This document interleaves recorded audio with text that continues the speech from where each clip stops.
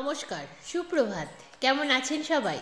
আমি অনন্যার ব্লগসের আরও একটি ঝাঁচকচকে নতুন ব্লগে আপনাদের সকলকে জানাই অনেক অনেক অনেক স্বাগত। আশা করছি সকলে খুব ভালো আছেন, সুস্থ আছেন, সাবধানে আছেন, নিরাপদে আছেন। আমরাও বেশ ভালোই আছি বলা যায় না। আজ ভোর রাত থেকেই আমার শরীরটা ভীষণ খারাপ। ভোর 4:30 থেকে এখন দুপুর 2:30 বাজে, এর মধ্যে প্রায় 8-9 বার আমি ওয়াশরুমে গিয়েছি। শরীরটা এতটাই খারাপ, তার সাথে ধোয়া ঢেকুর উঠছে, বিরক্তিকর লাগছে। সেই জন্যই আজকে ঘুম থেকে উঠেইছি সেভাবে দেখতে গেলে 11:30টার সময়। তারপরে তো আরও একবার ওয়াশরুমে গেলাম, তারপর শুধু চা খেয়েছি, একটু ওআরএস খেয়েছি, তারপর থেকে একটু করে উঠছি, একটু করে শুয়ে থাকছি, এই চলছে। আজকে রান্না বান্না সব মাই কমপ্লিট করেছে। তারপর লাঞ্চের টাইমটাতে মাকে আমি একটু কোম্পানি দিলাম, মায়ের পাশে বসে থাকলাম। খাবার দেখলেও এখন আমার আর খেতে ইচ্ছে করছে না, এতটাই শারীরিক পরিস্থিতি খারাপ। আজ যেহেতু অনেক লেট করে সূর্য উঠেছে, তার তাপটাও ভীষণ কম আর ভীষণ ঠান্ডাও পড়েছে। তাই মা যখন লাঞ্চটা কমপ্লিট করলো, তারপরে মা এসে ছাদে বসলো।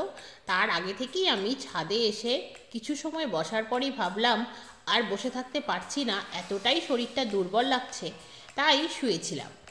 মা আসতেই মায়ের সাথে একটু গল্পগুজব করলাম।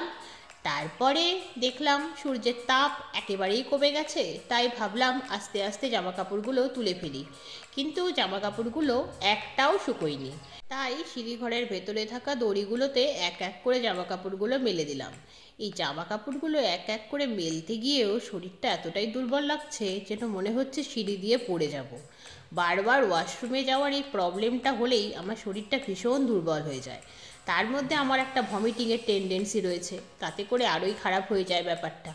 তবুও নিজের মনকে খুশি রাখার 100% চেষ্টা আমি করছি। মাকে এমন একখানা ভাব দেখাচ্ছি যেন আমার কিছুই হয়নি, নয়তো মা আরও ডিপ্রেসড হয়ে যায় আমার শরীর খারাপ হলে। তারপর যথারীতি নিচে এসে এক এক করে জানলা দরজাগুলো বন্ধ করে দিলাম। হঠাৎ করে মায়ের মনে পড়ল দিদুনের সেই টোটকার কথা। দিদুন নাকি গোলমরিচ, আদার টুকরো, বিট নুন আর জোয়ান মাদেরকে খাওয়াতো যখন মাদের এরকম ধোয়া ঢেকুর উঠতো। এদিকে মায়ের কাছে সব কিছুই পেস্ট বলতে গোলমরিচের গুঁড়ো, বিট নুন তো গুঁড়োই থাকে, এদিকে আদা বাটা এরকম রয়েছে। তাই মা এই সব কিছুকে জলের মধ্যে গুলিয়ে দিয়েছে।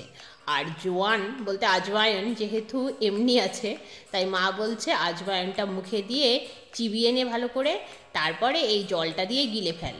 আমি তাই করলাম। কি যে বিশ্রী তার স্বাদ, কি বলবো। যাই হোক, সেটা খাওয়ার কিছুক্ষণের মধ্যেই শরীরটা একটু ভালো লাগতে লাগলো, ঢেকুর ওঠা বন্ধ হয়ে গেল।